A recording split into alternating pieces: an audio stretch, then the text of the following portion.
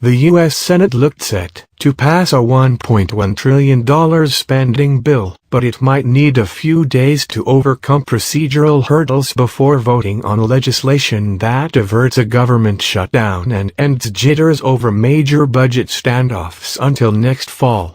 After the House of Representatives narrowly approved the bill late on Thursday following a battle that exposed fraying unity in President Barack Obama's Democratic Party, Senate Democratic leader Harry Reid hoped the bill would pass on Friday to spare Americans the drama of yet another budget crisis.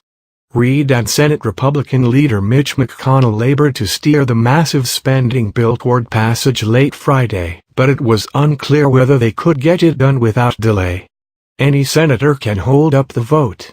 For example, Republican Ted Cruz, a fierce opponent of Obama's executive order offering relief from the threat of deportation to millions of undocumented immigrants, told reporters he wanted proceedings to include an up or down vote on funding the order. Cruz said he would use every tool available to bring about such a vote.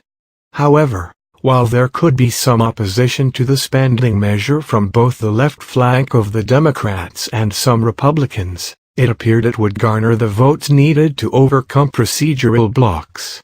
Procedural delays could bring a final vote Monday morning at the latest, according to aides. Lawmakers were making arrangements to extend temporary federal funds, now set to expire at midnight Saturday, until midnight Wednesday. That would give the Senate the time it needs to sweep away procedural roadblocks, pass the bill and ready it for Obama's signature. A revolt over financial provisions by House Democratic leader Nancy Pelosi, long a staunch Obama ally, led to a day of tension on Capitol Hill on Thursday. Democrats, aware of the need for unity when Republicans take full control of Congress next year after their midterm election gains, tried to tamp down speculation of a lasting split between Obama and Pelosi. One leadership aide said Pelosi had fired a warning shot to Republicans that House Democrats would fight hard in the new year. The House vote was delayed for 7 hours after Democrats balked at provisions to roll back part of the Dodd-Frank financial reform law, an early legislative achievement of the Obama administration that was passed in response to the 2008 financial crisis and aimed to rein in risk-taking by Wall Street. Democrats also objected to a provision allowing bigger political donations. Reid urged quick passage of the bill, saying, "Since 2011 we have lurched from crisis to crisis with the country constantly under the threat of shutdown or financial catastrophe." McConnell is also anxious to avoid another unpopular government shutdown as the Republicans head toward taking control of the Senate after the November elections that also gave them a larger House majority.